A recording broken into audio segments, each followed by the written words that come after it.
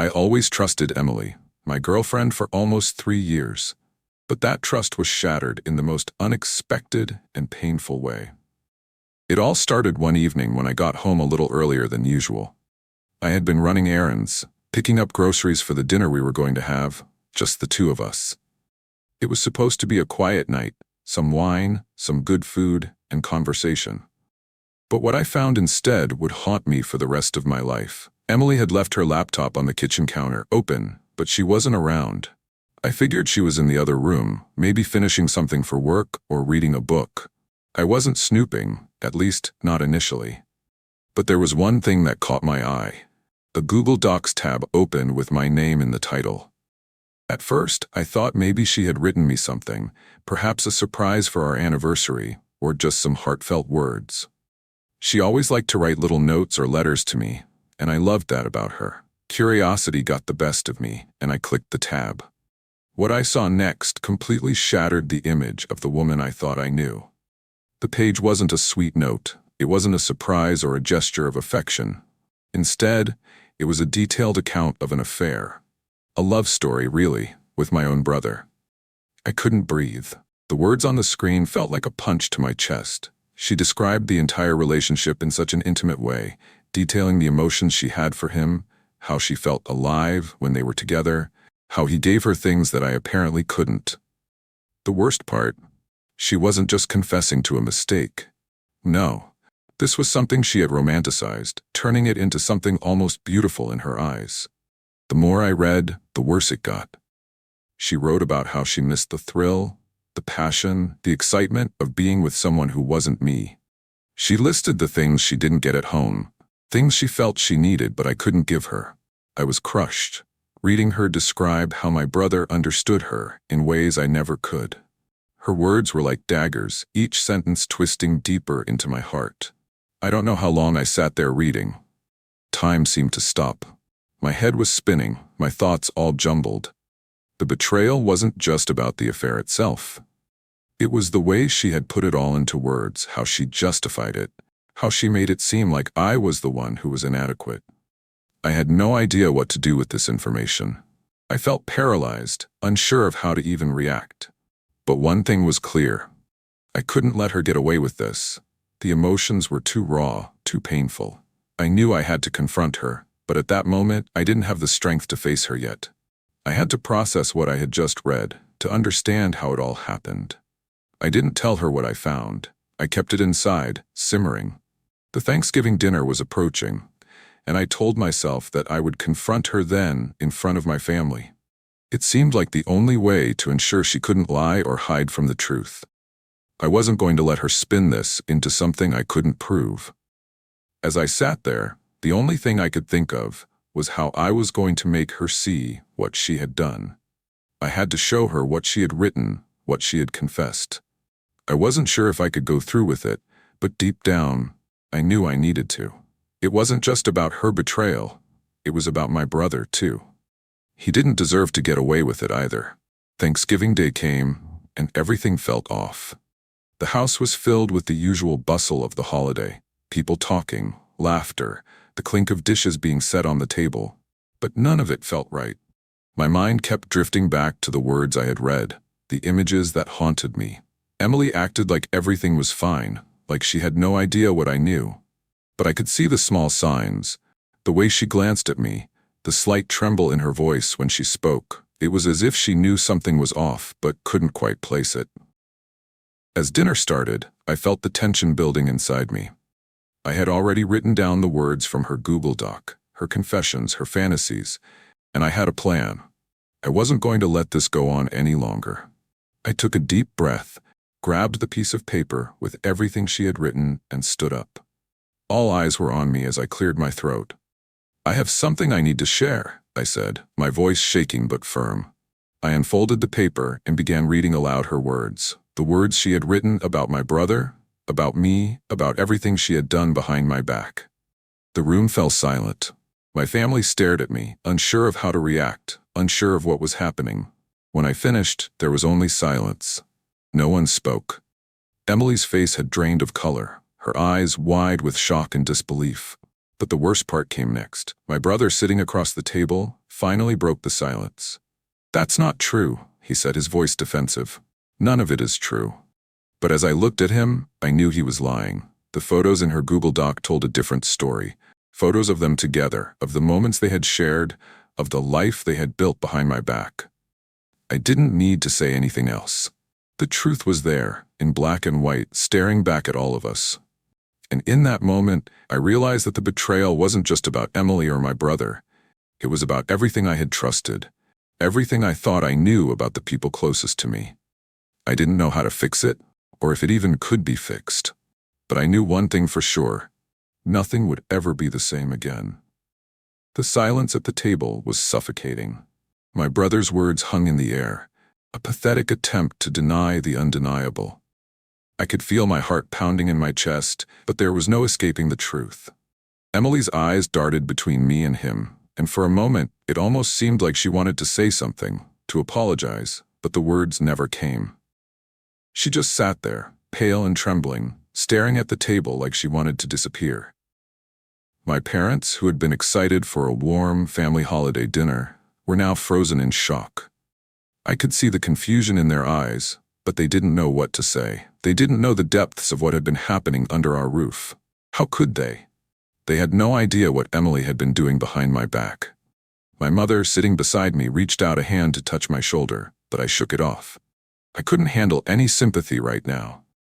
The pain, the betrayal, was still too fresh. "Is this some kind of joke, Jake?" my brother Adam finally muttered, his voice barely above a whisper. He seemed like he was still trying to convince himself that none of this was real. His face flushed with anger, but there was something else there too: fear. He knew it wasn't a joke, and now he was trying to figure out how to weasel his way out of it. But I wasn't interested in his excuses.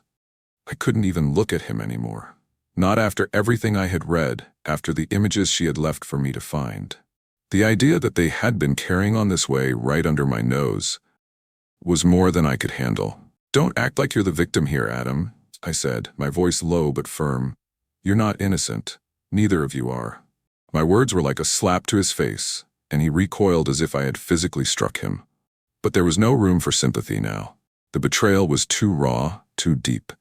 Emily tried to speak up, but her voice faltered. "Jake, She stopped, her throat tightening as if the words she had once so easily written were now impossible to say aloud.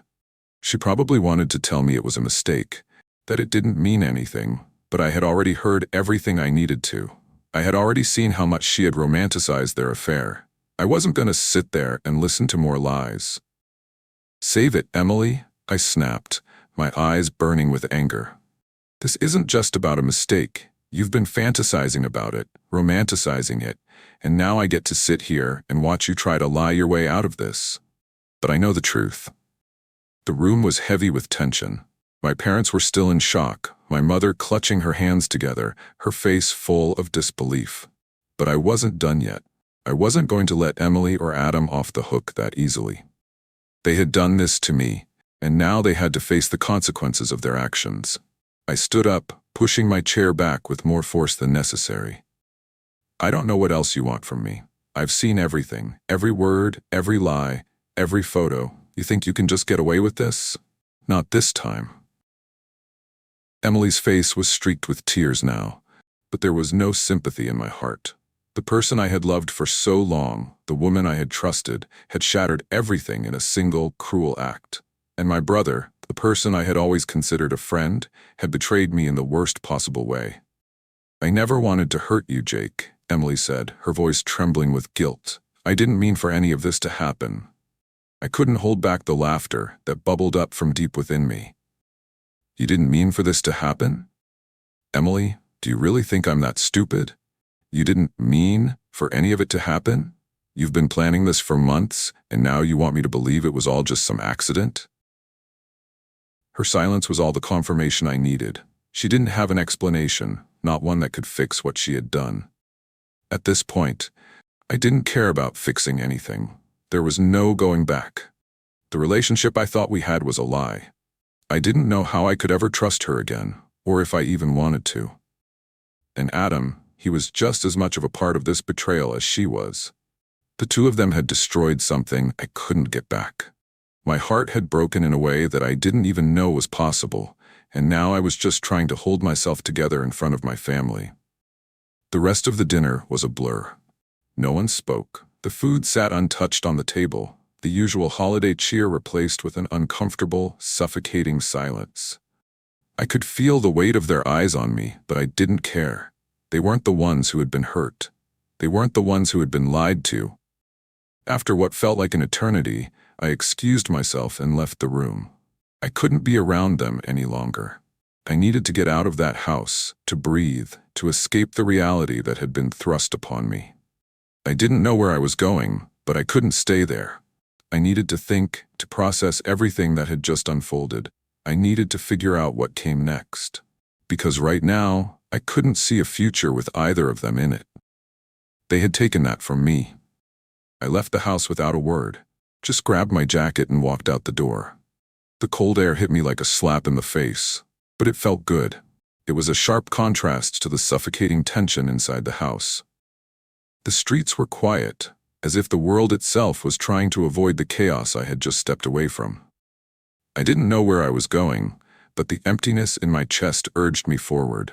I found myself walking aimlessly, letting my feet guide me. It felt like a way to numb the overwhelming emotions that kept crashing over me.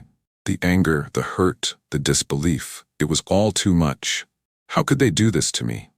How could Emily, the woman I loved, betray me so completely? And Adam, my own brother, someone I had always trusted without question, had become a stranger in the blink of an eye. The betrayal didn't make sense, not when I thought about it rationally. I had always been there for Emily, always done my best to be the boyfriend she deserved. And Adam, he was my brother, my family. We had grown up together, shared our lives. How could he do this? How could he sleep with the woman I loved, not even feel guilty about it? It was a sickening thought. I ended up at the local park. The benches by the pond were empty, and the stillness of the water reflected the numbness I felt inside. I sat down, letting the weight of everything settle on my shoulders. I didn't even know how long I sat there. Time seemed to have lost its meaning. All I could think about was the way Emily had looked at me at the dinner table, her face twisted in guilt, her eyes full of regret. But regret didn't fix anything. Regret didn't undo the betrayal. I pulled out my phone and scrolled through my messages, but nothing felt right. I couldn't reach out to anyone. What could I even say? I had to carry this burden by myself. There was no one who could understand what I was going through. I had no idea how I was supposed to handle the situation with Emily and Adam. I had no idea what I was supposed to feel anymore. Eventually, my phone buzzed, breaking the silence of the night. It was Emily, a text message. I stared at it for a long moment, feeling a strange mix of dread and curiosity. I knew what she was probably going to say, some empty apology, a plea for me to understand. "Jake, please, let's talk. I never meant to hurt you. I don't know what happened. Can we please fix this?" The words were exactly what I expected, but they did nothing to ease the pain. How could she think that a simple apology could fix something like this? How could she think that I could ever forget what she had done? I didn't reply. What was the point? There was no easy way out of this, no way to rewind and pretend like it never happened. The trust had been shattered beyond repair. I couldn't just pick up the pieces and pretend like everything was fine again. I wasn't sure if I even wanted to. After a while, I turned my phone off and slipped it back into my pocket. I didn't want to keep getting dragged back into the chaos of the situation. I needed some space, some time to breathe, to think. I spent the next few days in a fog. Every time I closed my eyes, I saw Emily's face, her tearful eyes, her trembling hands as she tried to explain herself. But there was nothing she could say that would make this right. The more I thought about it, the angrier I became. It wasn't just the affair itself. It was everything that came with it. The lies, the secrecy, the way she had taken everything we built together and thrown it away without a second thought. The hardest part was seeing Adam. I couldn't look at him without seeing the images from that Google Doc in my mind. The photos of him with Emily, the way they had looked so comfortable, so natural together. It made me sick. Every time I saw him, I felt like I was looking at a stranger, someone who had betrayed me in a way I couldn't even begin to understand. How could he live with himself? How could he sit there and deny it all like it didn't matter? Thanksgiving had come and gone, but it felt like the world had stopped. I could barely remember the details of that night, just the emotions, the shock, the cold silence. It felt like I was trapped in a nightmare that I couldn't escape from. And no matter how many times I tried to distract myself, to move on, the memories kept coming back. I spent my days trying to avoid everyone, my family, my friends, even Emily. I didn't want to deal with their questions, their concerns. They didn't understand. No one understood. The pain was mine to bear, and I had to figure out how to handle it on my own. One night, I found myself back at the park again, sitting on the same bench by the pond. It was cold, and the wind cut through my jacket, but I didn't mind. I was numb to everything around me. I couldn't get Emily or Adam out of my head, and the thought of confronting them again made my stomach turn. But I knew I had to face them eventually. I couldn't keep running from the truth. As much as I wanted to pretend like it didn't matter, I knew deep down that it would always haunt me. This betrayal had changed everything, and there was no going back. It was time to decide what I was going to do about it. I couldn't keep living in this limbo. I had to make a choice. Either face Emily and Adam and try to move forward, or walk away from them completely and never look back. But right now, in that moment, I couldn't see a future with either of them. And that terrified me more than anything. The days blurred together after that. Every moment felt like I was just going through the motions, trying to keep up appearances for the sake of others, while my world crumbled from within. Emily's texts kept coming. Pleas for forgiveness, questions about when we could talk. Adam, too, reached out a few times, though I ignored them all. I couldn't bring myself to respond. The pain of facing them again was too much. Every time I thought about having that conversation, the weight of the betrayal felt like it would suffocate me. I had never felt more alone in my life. It wasn't just that they had done something wrong. It was how they had made me question everything I had ever known. Emily, the woman I had loved and trusted, had looked me in the eyes and told me she was committed to me, while she was secretly falling for my brother. Adam, my own flesh and blood, had crossed a line that couldn't be undone. I couldn't look at either of them without seeing their lies. Still, I knew deep down that I had to face them eventually. Running away from the problem wasn't going to make it go away. As much as I wished I could just erase it all, I couldn't. The only thing left to do was confront them. The question was, how? And when? I decided I needed a few more days.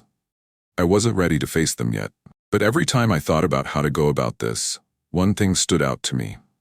I needed to know if they were truly remorseful, or if they were just sorry they got caught. Because if it was the latter, I couldn't find it in myself to forgive them. The weekend came and went. I barely left my apartment. I slept fitfully, ate just enough to get by, and spent most of my time pacing around the apartment, wrestling with my thoughts. I wondered if I should just leave town for a while, get some space from everything and everyone. But that didn't feel right either. I couldn't run forever. Sooner or later, I would have to face the people who had destroyed my world. By Monday, I had decided that I couldn't wait any longer. I was going to go to their house, Emily's, technically, since she was still living there, and Adam was there pretty often, and lay everything out once and for all. No more hiding, no more avoiding, no more pretending. I walked through the door with a sense of dread settling in my stomach. Emily was in the living room, sitting on the couch, staring at her phone. When she saw me, her face softened, but I couldn't bring myself to feel sympathy. She wasn't the same person I had fallen in love with. She was a stranger now. "Jake, you're here," she said, her voice full of hesitation. "Yeah," I replied, keeping my tone even. "We need to talk." She stood up, her eyes wide. "I know. Jake, I'm so sorry. I've been trying to reach you to explain everything." "Explain what, Emily?" My voice was colder than I intended, but I couldn't help it. "Explain how you slept with my brother? Explain how you let me walk around for months thinking everything was fine when you were carrying on behind my back?" She flinched, the words hitting her like a slap. "Jake, please, just let me talk. I know I've messed up. I don't expect you to forgive me right away, but I need you to know how sorry I am." I wasn't sure I could listen to any more of her excuses. The rawness of her betrayal still stung too deeply for me to feel anything but anger. I don't know if I can ever forgive you. You've destroyed everything we had, Emily. You made a mockery of everything. I trusted you. And Adam, he was supposed to be my brother, but he turned out to be just as much of a liar as you." The words came out before I could stop them, and it felt good to finally say them, even if it didn't change anything. She started to speak again, but I held up my hand to stop her. I needed to say everything that was on my mind. "Don't tell me how sorry you are. I've heard it 1,000 times already. I'm not sure you even understand the weight of what you've done. You've ruined my relationship with my brother, and you've destroyed my trust in you. Maybe you don't get it, but I'm broken right now, Emily, and I don't know if I can ever fix that."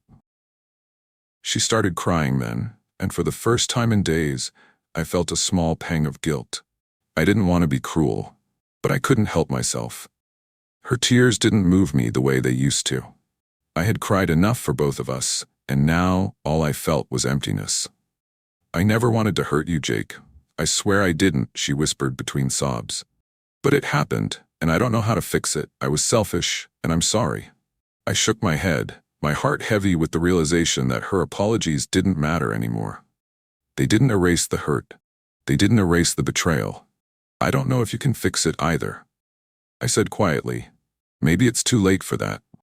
The door opened behind me, and Adam walked in, looking like he had just finished a workout. His eyes locked onto mine immediately, but there was no apology in his gaze. No recognition of the damage he had caused. Just a defensive look, as if he was trying to prepare for whatever I was about to say. I turned to face him, my anger rising once more. "You," I said, pointing a finger at him. "You've got a lot of nerve showing up here. After everything you've done, you still think you can just walk in like nothing happened?" He raised his hands in mock surrender, his face twisted with frustration. "Jake, don't do this. It's not what you think. It was a mistake, okay? Emily and we were just—" "Stop," I interrupted, my voice sharp. "You think I'm stupid, don't you? You think I can't see what you did? I read everything. I saw the photos. You two have been lying to me for months, Adam, and now you want me to just let it go?" He opened his mouth to speak, but no words came out. The reality of it all seemed to hit him too, but it was too late for him, too. There was nothing left to say. I stood there for a moment, letting the silence settle between us, and then I turned and walked out of the house, leaving them both behind. They could apologize all they wanted. It didn't matter anymore. I had nothing left for them. I didn't know where I was going. I didn't know what was next, but I knew one thing for sure. I couldn't stay there. Not with them. Not in that house. Not with the people who had torn my world apart. I needed to leave them behind for good. And so I did. I don't know how far I walked that day, but when I reached the outskirts of town, I finally slowed down. My heart was still racing, my head spinning with everything that had just transpired. I couldn't go back to that house, not with everything that had happened. It was no longer a home. It was a place filled with lies, betrayal, and broken trust. And every time I thought about it, the pain just deepened. I found a quiet spot by a small park and sat down on one of the benches, staring at nothing in particular. The reality of everything still hadn't fully sunk in. It felt like I was trapped in a nightmare I couldn't wake up from. Emily, my girlfriend for years, had torn my world apart with one of the most unforgivable betrayals. And Adam, my own brother, had been the one to help her destroy it. I couldn't stop replaying the images from her Google Doc in my mind. The fantasies, the lists of things she didn't get from me, the intimate details she had shared about their secret relationship, it all felt like a cruel joke. I had trusted both of them with everything. How could they have done this? Why did they think it was okay to do something so terrible? The more I thought about it, the angrier I became. But there was also a deep, aching sadness that I couldn't shake. I had lost more than just a girlfriend and a brother. I had lost the life I thought I was building, the life I thought I could rely on. As I sat there, I realized that I was at a crossroads. I couldn't go back to the way things were, but I wasn't sure what my next step should be either. Should I cut ties with them completely? Or should I try to salvage whatever relationship I could? Could I even find a way to forgive them? Or was this betrayal something that would haunt me forever? It was late by the time I finally got back to my apartment. I walked through the door, my mind still a jumbled mess of emotions. I sat down on the couch, feeling the weight of everything crash down on me. I wasn't sure what I was supposed to feel anymore. I had gone from being in love with Emily to hating her. I had gone from trusting Adam to not even being able to look at him. The world felt like it had shifted beneath my feet, and I was struggling to find my balance. The next few days were a blur. I avoided talking to anyone, didn't pick up the phone, didn't answer messages. The only thing that felt real was the pain. I didn't know how to escape it. I didn't know how to move on from what they had done. Eventually, I knew I had to make a decision. I couldn't keep running away from the problem. I had to confront it head on. But how? What was I supposed to say to them? How could I even begin to process everything? I was exhausted, mentally and emotionally. I was drained from all the anger, the hurt, the confusion. I had never felt more lost in my life. One night, after hours of tossing and turning in bed, I decided that I couldn't stay like this anymore. I needed to take control. I had spent so much time waiting for some kind of apology, some kind of explanation from them. But it was clear that wasn't going to happen. They had both said their pieces, but it wasn't enough. I didn't need their apologies. I needed closure. And the only way I was going to get that was by finding the strength to move forward without them. I spent the next day packing my things. I couldn't stay in this apartment, not with all the memories of what had happened. I needed a fresh start, somewhere far from all the betrayal, far from the people who had hurt me the most. It wasn't going to be easy, but I knew I had to do it for my own peace of mind.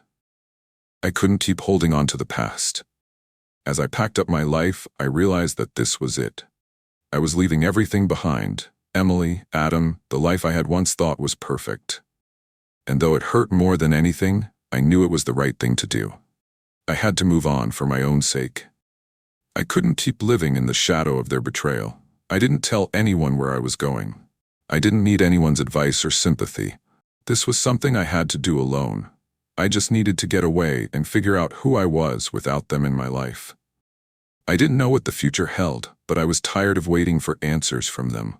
I was tired of being stuck in the cycle of pain. It was time to let go. And so, I left. I drove without a clear destination in mind, just a vague sense of wanting to be somewhere far away. Somewhere where I could finally breathe again, somewhere where I could rebuild.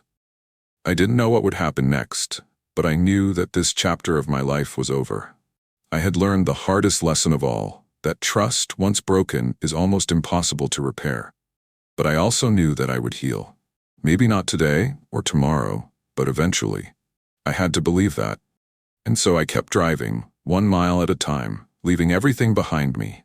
My past, my pain, and the people who had torn my world apart. I didn't know where I was going, but for the first time in a long time, I was ready to find out. The drive stretched on for hours, and as I passed mile after mile, the weight in my chest slowly started to lift, just a little.